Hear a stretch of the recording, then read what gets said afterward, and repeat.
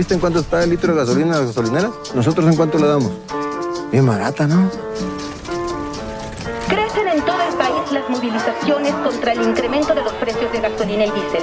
En las últimas 24 horas, en varios estados de la República han sido bloqueados caminos por pequeños grupos de personas. Están calientes las calles de Guanajuato, la gente alerta. No andas metido en pendejada, ¿verdad? No se preocupe, esté tranquilo. Pues estamos aquí con Edgar Nito, director de Huachicolero, la cual, pues creo que después de un largo camino, ¿no? Finalmente va a tener su premier mundial en el prestigioso Festival de Tribeca, fundado por Robert De Niro, ni más ni menos. Entonces, Edgar, pues primero platícame cómo recibes esta noticia, ¿no? De que finalmente, no solo que finalmente después de varios años se va a estrenar tu película, tu ópera prima, sino que en este festival, ¿no?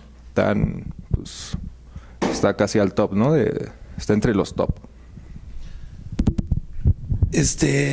Pues estamos muy emocionados, ¿no? Supimos este mes que íbamos a ser parte de la selección y que no es de una selección chica, es la selección de narrativa internacional, o sea, competimos con largometrajes internacionales, digamos, es la selección más grande. Yo como tal todavía no me la creo porque pues no he ido, nunca había ido al festival y con mis otros proyectos no había tenido la oportunidad de estar en un festival tan grande. Sí había estado en otros festivales fuera de México, más en un tema justo con el trabajo anterior más de terror, más de cine de género, y este es como un festival, digamos, más amplio en ese aspecto y pues como tú lo dices, muy prestigioso. Entonces todos estamos muy contentos, los productores, toda la gente del crew, y pues estamos ya ansiosos de ir para allá el próximo 24 de abril. Ya estaremos viajando por allá, vamos varios del crew. Se presenta el primer día, es el 25, que es, digamos, la premier mundial, y tenemos 4 proyecciones. Es el 25 una, al día siguiente 26 y 27, y después abrieron una cuarta fecha. Primero eran 3, abrieron una cuarta fecha el 2 de mayo. Ayer salieron los boletos a la venta y se acabaron las 3 primeras en menos de 2 horas se vendieron. Entonces estamos, pues, más que nada sorprendidos, ¿no? Eso es más o menos. Pues justo ahorita que decías, ¿no? De que ya habías estado en festivales internacionales, sobre todo de terror. Pues creo que muchos te empezamos a ubicar más a partir de tu corto en la antología de México Bárbaro, que fue por ahí de finales de 2014. Sin embargo, pues tu corto sí era de terror, pero no era como tan de terror como otros de la antología. También está tu corto de Masacre en San José, que retoma una historia real de un hombre cerca de Tamaulipas, me parece, Don Alejo, que en 2010 pues, defendió su rancho del crimen organizado, murió defendiendo su rancho, mató creo que a 4, hirió a otros 2. Entonces ahí notamos, ¿no? Que más allá del cine de género de terror hay una inquietud, ¿no? Por tocar temas sociales, como ahora esto del huachicol, el robo de gasolina. ¿De dónde surge, no, toda esta inquietud para, pues más allá de algunos de tus otros contemporáneos, ¿no? de México Bárbaro, un poquito más pegado a la conciencia social, a temas que retratan la realidad de México? Pues yo creo que como creador de cualquier arte, digamos, tenemos como un poquito, no sé si es la obligación, pero sería muy difícil taparte los ojos y no ver lo que pasa a tu alrededor y pues no hablar de eso, ¿no? Digamos, como bien dices, en México Bárbaro es totalmente algo de terror paranormal mezclado con el western. En particular, pues digamos, creo me gusta la mezcla de géneros, me gusta la exploración de los géneros. y me gusta hablar de lo que pasa en mi país, de las cosas que me hacen clic o de algún sentido. No en todos los trabajos ha sido así, pero pues digamos, yo crecí viendo películas de cine en general violento o de historias oscuras de los seres humanos, y es el cine que me gusta ver hasta la fecha. Entonces, cuando yo decido llevar a cabo una historia, busco en mi contexto cuáles son esos personajes aquí mismo en México para llevar al cine. Y pues en esta ocasión el Huachicolero llega a mí en el 2015 y de una manera muy cercana, porque pues yo soy de Irapuato, Guanajuato, y voy seguido para allá. Ahí ya está a 15 minutos la refinería de Salamanca, y pues digamos es algo de lo que se está hablando mucho ahí en la zona en ese momento. En ningún otro lado lo había escuchado. Después, en el 2017, empiezan a salir todas las noticias del Triángulo Rojo en Puebla, pero para entonces nosotros ya habíamos terminado de filmar la película o estábamos filmando. Entonces es algo que pasa como a la par en todos lados, ¿no? Y pues nada, me inspiro un poco de lo que está pasando en el lugar donde crecí, y a partir de eso creamos esta historia de ficción. Por lo que se puede ver en el tráiler, ahorita que mencionabas, ¿no?, que te interesa la mezcla de géneros, pues también por ahí se nota que va a ser como un coming of age, porque es un chavito, pues, que tendrá 12 años, como de secundaria. Como de secundaria, que se involucra en este negocio ilegal de la venta de gasolina. Creo que comentabas en algún otro lado que es como una historia también de amor, porque lo hace por una chica, por el interés con esta chica. También por ahí se ve en el tráiler que tiene como dos figuras, ¿no?, paternas. Por un lado, el que lo involucra en el huachicol, por ahí otro que parece ser su padre o su abuelo, que le está diciendo, ¿no?, como que espero que no estés haciendo nada malo. Entonces, ¿cómo describirías, digamos, la historia en este sentido de que parece ser una mezcla otra vez de diversos elementos de géneros? Bueno, lo estudiaste bien. Bueno, tengo que comentarlo igual. No es el tráiler oficial. Eventualmente vamos a sacar un tráiler oficial. Ajá. Y pero digamos ahí justo creo que está bien analizado un poco de todo lo que puedes ver. Ahí están en la película. Es una mezcla de géneros. Yo creo que es un drama con toques de thriller y violencia en general. No es un drama clásico y tampoco es un thriller clásico, pero digamos no iniciamos la película pensando en el género como tal, ¿no?, sino fuimos escribiendo y a partir de eso se dio la manera de llevarlo a cabo. Pues yo la podría resumir en que es como una historia de amor frustrada en un contexto de extracción ilegal de gasolina, más o menos eso es. No, o sea, suena y se ve bastante interesante. Luego pasa todo esto o sea, ahorita me comentas que, bueno, yo también ya sabía que, porque mucha gente puede pensar que es oportunista una película sobre el huachicol tan solo a meses después de todo conflicto, luego esta terrible explosión. Pero tú, o sea, cuando sale a la luz, o sea, cuando empieza a ser más público todo este conflicto, que pues obviamente ha ocurrido en México desde hace muchos años, ¿cómo se da este proceso para que finalmente salga a la luz tu película, o cómo lo tomas tú? En el tráiler también al final ya se escucha ahí la voz, por ejemplo, de Obrador, ya un poquito más adaptarla, ¿no?, al contexto actual.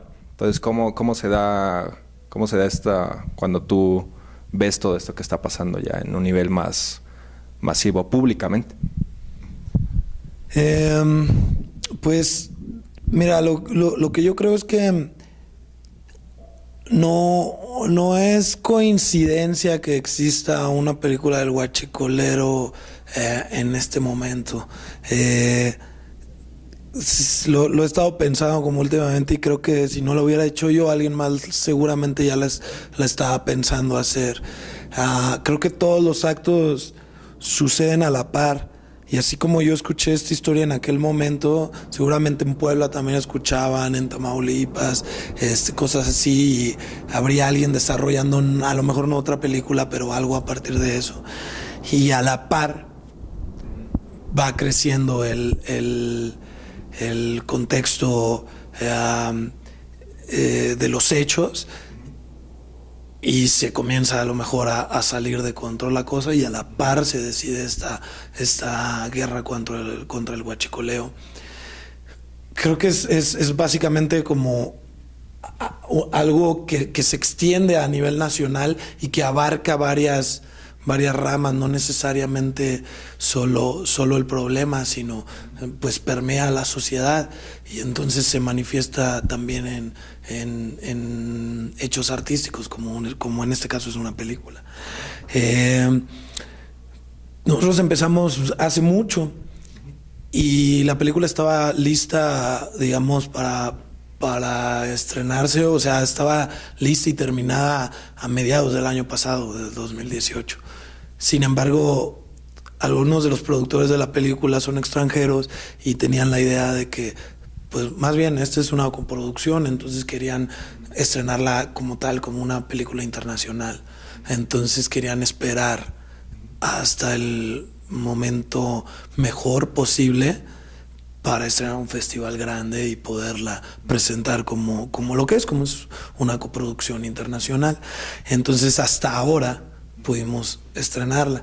Si digamos en julio del año pasado o nos hubieran ofrecido un festival similar, pues nos hubiéramos adelantado a todo lo que pasó, pero en realidad pues se va dando orgánicamente y ahora parece como, ¿no? Como lo dices ante algunas personas, pues que lo sacamos de la nada, pero pues llevamos por lo menos 3 años trabajando muy duro en esto.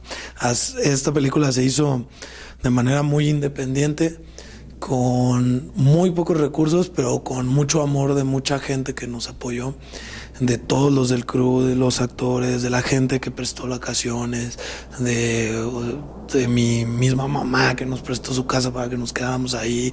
O sea, se hizo de una manera muy, muy chiquita, pero con mucha fuerza y mucho corazón. Entonces, hacer películas de esa manera extiende los procesos, ¿no? Pues no hay dinero para terminar rápidamente, y pues se vino extendiendo hasta ahorita, y cae la coincidencia de que a la par de que se declara esta guerra, pues a nosotros nos dan la selección oficial, pero digamos, pues no es como que yo pueda cambiar la fecha de Tribeca para que no la den antes o después, ¿no? Es meramente una coincidencia, pero como te digo, a pesar de que sean coincidencias, pues me suena lógico que pasara, que no solo con mi película, sino que pasen en muchas ramas a la par, porque básicamente es algo que está permeando la sociedad de muchas maneras. Vaya, tampoco creo que las películas deban de tener un mensaje o que los cineastas se tengan que preocupar, ¿no?, por evaluar moralmente a sus personajes o cuestiones así, sino simplemente retratar pues una historia, ¿no? Un contexto. En ese sentido, ahora que la gente ya la va a empezar a ver, ¿qué esperas, ¿no?, de la reacción? No digamos qué mensaje quieres llevarle, sino, o sea, cómo te sientes de lo que va a ver la gente, qué quieres que se lleven de tu película. Pues yo creo que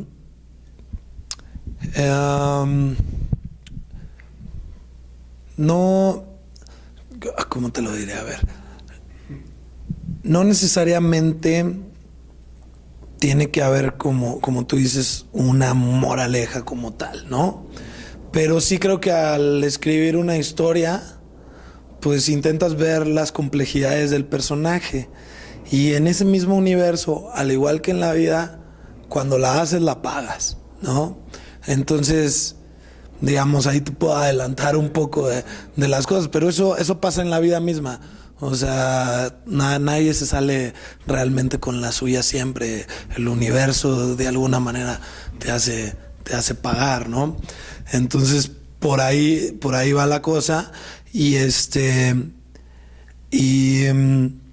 ¿qué espero? Pues en el momento en el que la filmamos lo que yo esperaba era dar a conocer esto. Ya no es eso lo que esperamos. Ahora esperamos que la película se vea y que la gente pueda ver otro punto de vista distinto al de las noticias, de una manera justo artística, de cómo se puede retratar el contexto que nos está tocando vivir actualmente en México. Y sí, más allá de tener una opinión política, mi idea justo es retratar de manera ficticia, con algo, con las bases del drama, un poco de lo que nos toca vivir a nosotros como mexicanos, que siento que también es algo, o sea, tampoco tiene por qué ocultarse, ¿no? También es necesario que esté representado en distintas prácticas, ¿no? Para ir cerrando ahorita, justo, bueno, antes de la entrevista comentábamos un poquito de toda esta camada de nuevos cineastas mexicanos independientes, verdaderamente independientes, de cine de terror, cine de género fantástico, que se reúne con las antologías de México Bárbaro, ¿no? Han pasado 5 años, casi 5 años desde el estreno de la primera. Bueno, van como 4 y unos meses. ¿Cómo ves el panorama pues, para el cineasta mexicano independiente, que no va a depender quizá de subsidios del IMCINE, que quiere hacer otro tipo de cine que usualmente aquí en México pues no solo no se hace, sino que a veces incluso se menosprecia, ¿no? Por las instituciones, que es lo que, o sea, no sé, nos gusta a nosotros, pero que a veces las instituciones lo ven como un poquito que no es cine serio, etcétera, ¿no? ¿Cómo crees que haya cambiado o cómo ves el panorama respecto a lo que pasaba hace pues, casi 5 años? Bueno, pues sí, tienes razón. De pronto a lo mejor no se le ve como un cine serio, el cine de género, pero pues a pesar de eso, México es de los principales consumidores de horror y horror paranormal aparte, ¿no? A lo mejor porque somos una sociedad llena de leyendas y eso nos permea también en los gustos. Es raro que aún no se tome con la seriedad que se debería. Sin embargo, creo que eso no los va a detener ni nos va a detener, ¿no? Prueba de eso, un proyecto como México Bárbaro fue clave definitivamente en lo que está pasando ahorita. Yo a ese proyecto le debo muchísimo, porque conocí a grandes cineastas y vi cómo generacionalmente, bueno, primero que nada, en ese momento, pues, la idea de Lex Ortega, que era abrir la posibilidad de que los cortometrajes tuvieran una vida más larga, se hizo realidad, ¿no? O sea, la película puedes ver en esta plataforma digital, en Netflix, y al día de hoy, ¿no?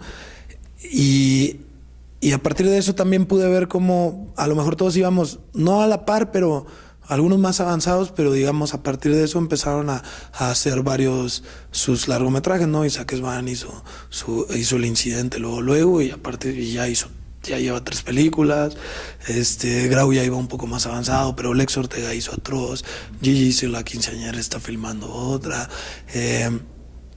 Todo eso yo creo que a los mismos que estábamos ahí pues nos inspira y nos reta, y eso motiva para seguir adelante. Aparte que hasta ese momento yo venía de la escuela de cine, un poco acostumbrado a tener todos los elementos para filmar como Dios manda, y salgo a la realidad donde nada de eso hay, ¿no? Y a pesar de que pudiera tener el apoyo del CCC, que que son bastante buenos apoyando a los exalumnos. De todos modos, la realidad es otra, ¿no? Ya estar afuera y querer levantar un largometraje ya no en 2 días, sino 4 semanas o 3 semanas, pues cambia todo el panorama. Entonces yo aprendí mucho de los cineastas de México Bárbaro, y podría decir que en especial de Lex Ortega, en la manera de haber realizado Atroz, y cómo veía que lo hizo con nada, solo con muchas ganas, ¿no? Y me costó unos años entenderlo, pero cuando empecé a ver cómo mis compañeros de generación de México Bárbaro estaban haciendo las cosas, hizo clic en mi cabeza y dije, vamos a hacer esta película de la misma manera. Digamos, no es lo mismo que Atroz en cuestión de presupuesto, pero de todos modos fue mi manera de hacer algo muy, muy independiente. Y al grado que en trabajos anteriores tú has visto cosas como grúas, gimbals, tomas muy complejas, y esta película es todo lo contrario. Es construir a partir de los muy pocos recursos, ¿no? Sí, esta película se filmó en su mayoría con luz natural y luces prácticas. Si había un foco de resistencia, ese se usaba. La oscuridad se asumía como oscuridad, los faros del coche eran nuestra luz principal, como con esa onda que a lo mejor antes no conocía, ¿no? Y al grado de que ni siquiera llevamos pues un tripié al set, ¿no? Todo fue cámara en mano, y eso nos permitió a ver hacia otro punto, que hasta ese momento a lo mejor yo me había concentrado más en la puesta en cámara y en ser más efectista en mis tomas en otros proyectos, y en tuve mucho chance de explorar más la dirección de actores y la puesta en escena, y darle chance a la cámara de respirar de otra manera. Entonces, aprendí mucho, y y 2, creo que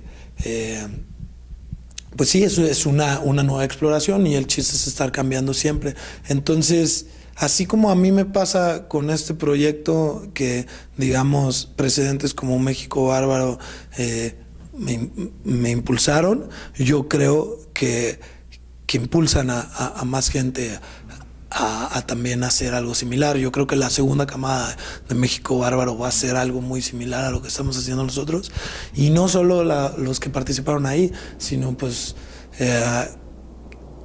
los precios de las tecnologías han bajado, entonces es más sencillo llevar a cabo una producción. No voy a decir que es gratis ni nada, de que lo puedes hacer muy muy fácil, pero sí no son los tiempos donde necesitabas una cámara de 35 milímetros. Hoy puedes hacer una película con una camarita DSLR, y pues cualquiera, no necesita estudiar en una escuela de cine, puede empezar a hacer una película, y ya lo han hecho aquí y en todo el mundo. Entonces creo que la reorganización de cómo se va a producir está sucediendo en este momento a nivel mundial, y eso va a abrir las posibilidades a mucha gente para hacer películas, no solo una elite, y eso a su vez va a hacer que haya muchas más amplias propuestas, y que a su vez los que nos gusta el cine de género pues tengamos mucho más para ver, ¿no? Aquí en México y en el mundo. Y ahorita que mencionabas como estos retos más en el aspecto técnico, ¿no?, que te ocupó en Huachicolero, ¿hubo alguna dificultad del lado más a la hora de que tú haces la investigación, de que te acercas como a este mundo? En ese sentido, ¿algún reto o alguna experiencia que quisieras compartir? Pues tal como algo muy, digamos, algo peligroso, no, porque nuestra investigación la hicimos a partir de uno, lo que se escuchaba en Irapuato, lo que se sabía de voz en voz, que era un poco la información que había, y lo poco que había en los medios locales, porque a nivel nacional no encontrabas nada.